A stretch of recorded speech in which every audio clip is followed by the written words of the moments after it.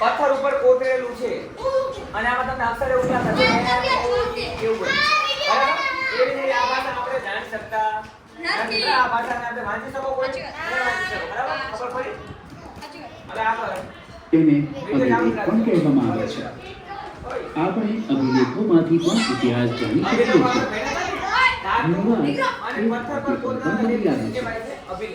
રાજા પોતાના સંવાદ કરતા હતા.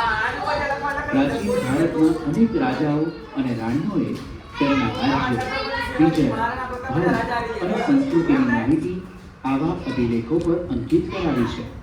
આવા શિલાલેખો અને અભિલેખો પર લખાયેલા લખાણો લાંબા સમય સુધી ટકી રહ્યા છે. અશોકના શિલાલેખો ખૂબ જ જાણીતા છે.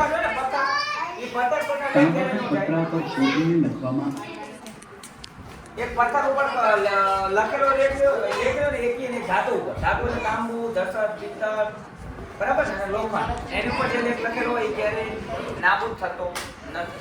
તમારે આપણે સ્ટીલના વાસણો લઈએ, ખબર છે સ્ટીલના વાસણો લખી દે આપણે કેવી રીતે, બરાબર? બાજુ જો આપણે કાગળમાં લખાણ લખેલું હોય તો કાગળ તો ગમે તે ફાટી જાય. તમે ગયા વર્ષે જો હાથ લેખા હશે કરે તો એ કેટલા હાથ કેટલા દિવસ હાથ આવે? થોડા 2 મહિના. હા, એટલે એવું છે. તાંબાના પતરા ઉપર લખાણ એટલે અનેક રાજાઓએ પોતાના વહીવટી તંત્ર અને દાનની માહિતી તાંબાના તાંબા પત્ર પર ઉતરેલી છે.